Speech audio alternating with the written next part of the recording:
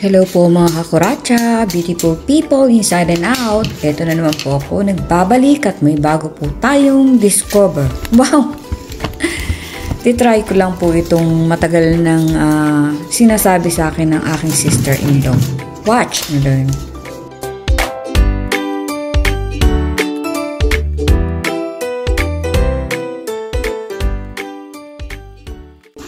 So ito na nga po, ito ang mahirap na parte dito at ang magbalat at maghiwa ng kamoteng matitigas.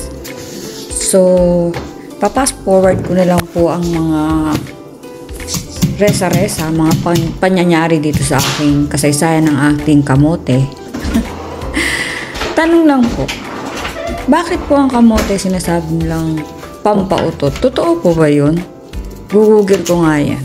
Tignan natin kung ano ang findings. Siguro ang scientific explanation dyan. Wow! Kasi diba nakalubog siya sa ayan po, ganyan ang paghihiwa dapat.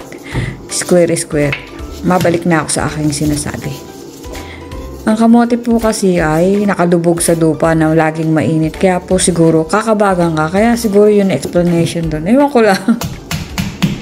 So gagamitan na po natin ang ating mahiwagang martilyo.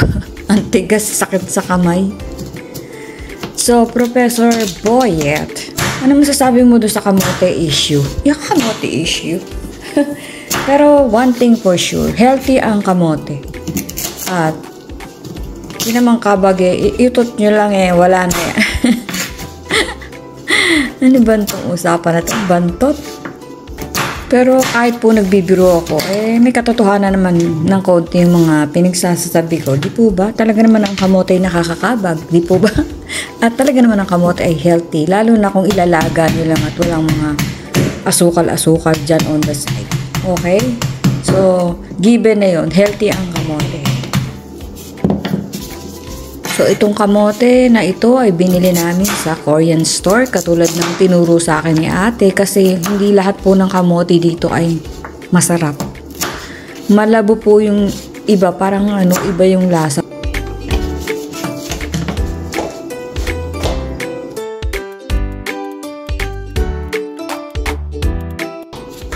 Masakit din sa kamay ha. Madami-dami kasi itong binili kong kamote kaunting umiitim siya. Alisin natin po lahat yung mga balat-balat na yan. Kaunting kembot na lang at matatapos na tong paghihiwa na ito. Kaya ayokong yan ang mahirap dyan, mag-prepare. Magluto, sandali lang naman, diba? So, bear with me mga kakuracha. Kamusta po ang nagdaanin yung Pasko? Sana masaya naman at okay. Darating na ang New Year, dapat masaya tayo para po ang umpisa ng ating taon ay masaya at buenas at positive po tayo para positive ang mga panyanyari sa ating buhay. Panyanyari talaga. So, ganyan lang po. Hiwa lang ng hiwa. Miski pa paano na lang yan, total madudurog din yun pagdating ng panahon. Di po ba? Bago ko po makalimutan ang lahat ay nais ko pong magpasalamat sa mga magi-sponsor sa ating palaro. Tuloy na po ito sa January 2 Pilipinas time 11 AM. Dito January 1 New Year kasi may pasok pa ako. Papasok muna ako bago tayo mag-live. So salamat po kay Ryan De La Cruz, ating unang sponsor. Nag-pledge na siya. Si Don Paratot, si Don Piolo, at si Boyet. Salamat sa inyo. Dahil sa inyo ay magiging masaya ang bagong taon ng ating mga kakuracha. At syempre, pag masaya ang mga kakuracha ko, masaya din ako.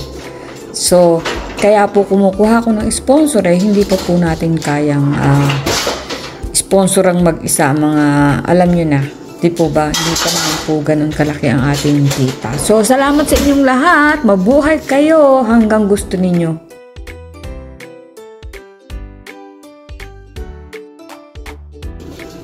Pagkahiwa natin, hugasan ulit natin. So, apat na hugas ko na yata ito.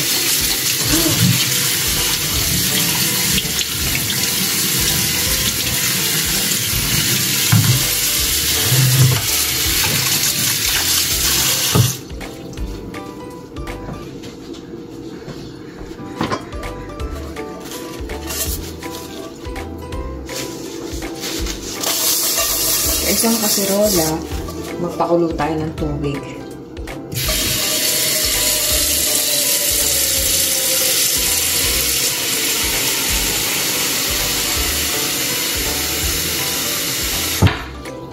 Yan.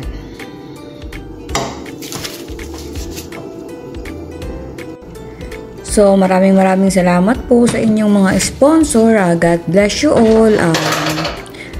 Diyos nang bahalang magbalik sa inyo ng inyong kabutihang loob. Wow, ang drama. Di po appreciated po lahat yan.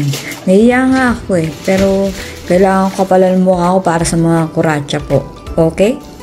At syempre, para rin po sa ating YouTube channel para mag-grow po siya.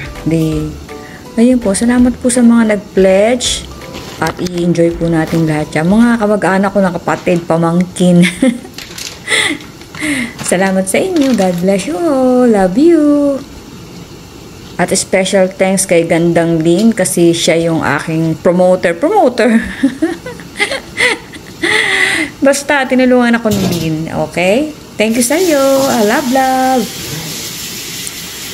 Kumukulo na ang ating tubig. Wait lang. Sabay-sabay kasi yung ginagawa ko, nakakataranta. Pakinaan nga yung ating talaan, mga kakuratsa. Kulong-kulo na siya. Wait lang. Ayan na ako.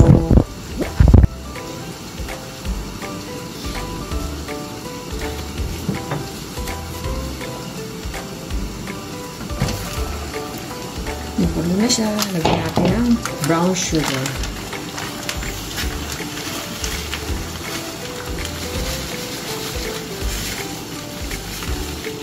Okay lang muna.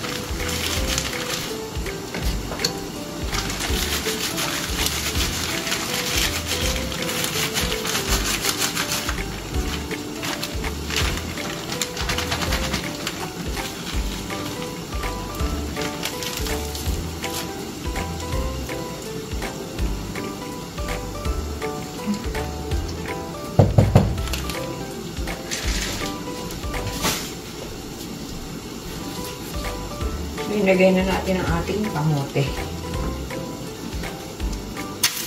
Hindi ko alam kung tama ito. Ay, nalaglag pa. Ibasin natin.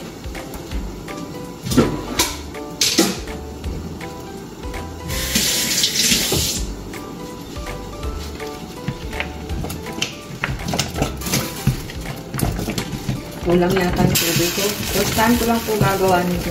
Experiment. Kulang na.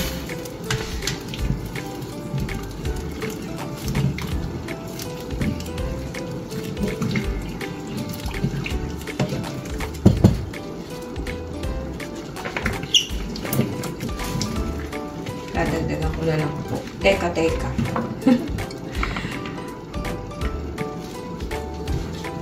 Tapos natin ang ating apoy.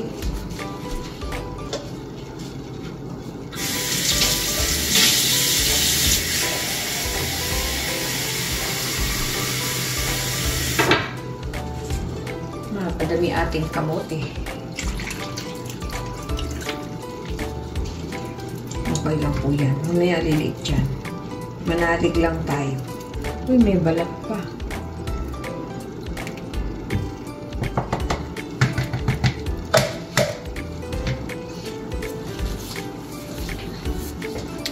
So, tignan natin ang ating kalalabasan ng ating kamote.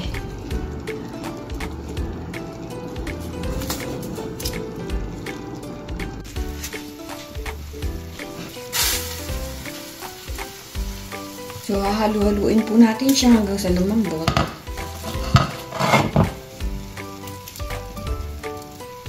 Punong-puno eh. Ilagay ko na lahat. Kesa masira yung kamote. Lagay ko sana ng kamote yun, tinatamad na. Kung dahil ko ginagawa. Eto, pag naluto, lagay mo lang sa freezer, ay sa ref. Pag gusto mo ng kamote, kuhanin mo. Tapos, papakita ko rin mo kung paano ang twist nito na natutunan ko sa hipag ko. Lagi niya sinasabi sa akin, magluto ka ng ganito.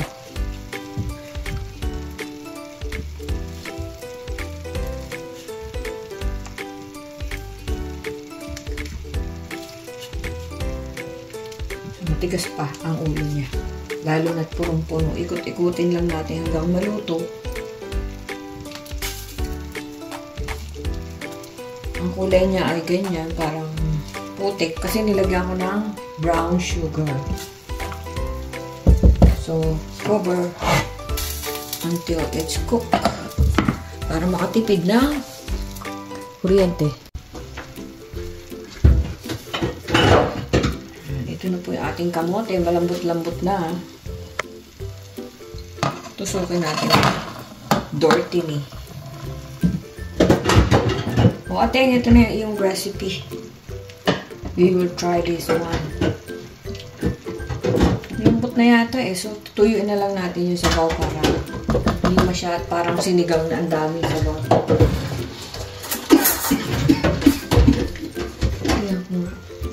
Dali lang naman lumambot ito. Eh, malambot na nga. Matudurog. Takasan natin apoy para matuyo at huwag na natin takpan.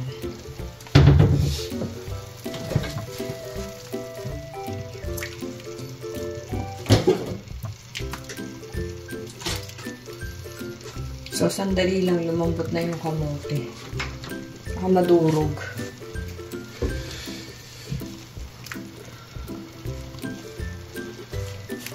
Tutuyuin lang po natin ng konti. Huwag ko nga kung masyado matamis. Nadagdagan natin ng sugar.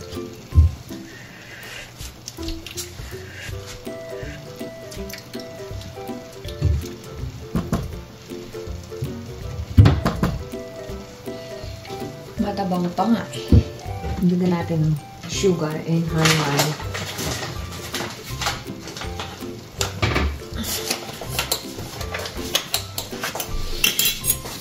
Bumili ako ng kamote para healthy. Pero lalagyan mo naman ng sangkaberbang asukal.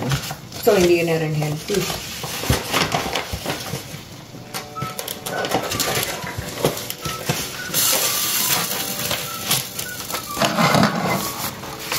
Isang salok ng asukal namin. Pero iba pa yung ginagamit namin sa pangkape. Yan. Matapos siya. Okay, that's enough. Matapos ko kasi malakas yung japoy. Ay, yung kalang. Japoy? Bakit ka ba apoy ng apoy? Hindi maapoy yan. Electric wa. Kuryente.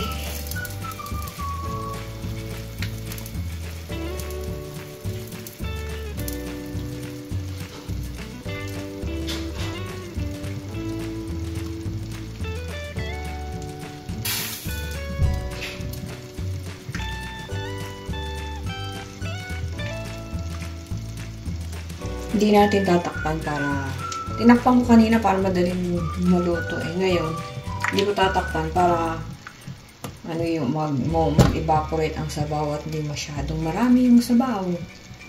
Kahit malambot na siya. Tama ba itong pinagagawa ko sa buhay ko? Bakit ang daming sabaw?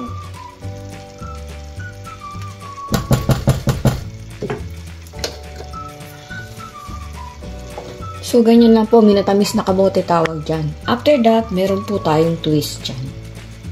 Twist na naman. Ganun talaga. Let's do the twist.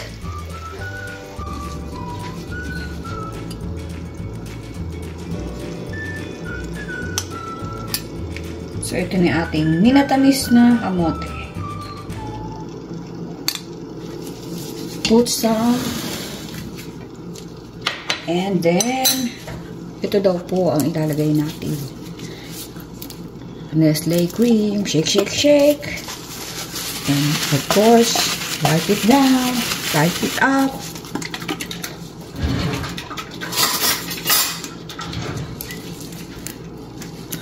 Buksan natin. Tingnan natin kung anong kalalabasan nito ating. So, ito na po yung ating lalagyan natin ng konti. Yung marami.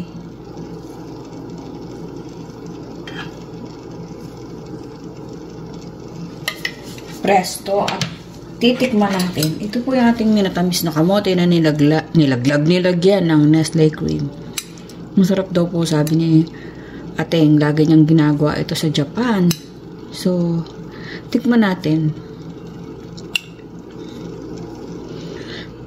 Daming ano.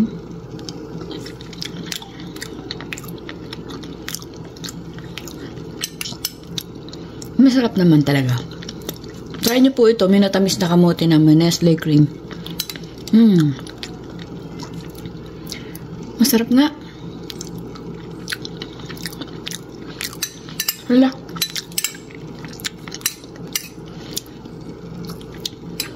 So, ito po ang ating discovery ngayon. Nestle cream, kamote, together. Happily ever after. Naubos ko na. Ate, ngayon yung recipe mo. Masarap nga. Thumbs up. Kuracha, try nyo. Dali lang. Patitikimin ko si Don P. A few moments later. Ito po ang resulta. Tinikman po ni Don P. Hindi niya po nagustuhan. Sorry, Don P. Pero muntik niya nang kainin pati platito. Simot na simot po, pati sabaw. Try niyo po ito, kamote with Nestle cream. Bagong invention. Thank you sa recipe, ate. Susubukan din ninyo. Special, but not so special. Bye-bye mga kuracha. Ingat po tayong lahat. Happy holidays! Ingat po sa mga paputok. Ingat po sa pag-inom. Drink moderately. Let us celebrate Jesus' birthday. Be happy while we can. And share the love. Wow. Thank you mga kuracha. I love you all. Ingat po tayong lahat. God bless us all. Sa mga gustong sumali sa palaro, sa January magpapalaro po tayong may cash prize. Ang ating mga question, tamang question, at unahan po yun ay may cash prize pong katumbas. Sari po kayong lahat, Kita Kids. Sponsor si Don P. For sure. Si Don Piolo. So, join po kayo. I-announce ko siya kung matutuloy or hindi. Hopefully, matuloy siya kasi may pasok din ako. So, yun lang po ang yun lang po ang nilulook forward ko tuwing New Year na makapagbigay ng konting saya sa mga subscribers ko. Welcome po kayong lahat. Ang mga question doon ay tungkol sa mga vlog ko. So, mag-review na po kayo. Di po ba? Salamat po. Bye-bye! Sand beneath our feet, so warm, love's a gentle symphony.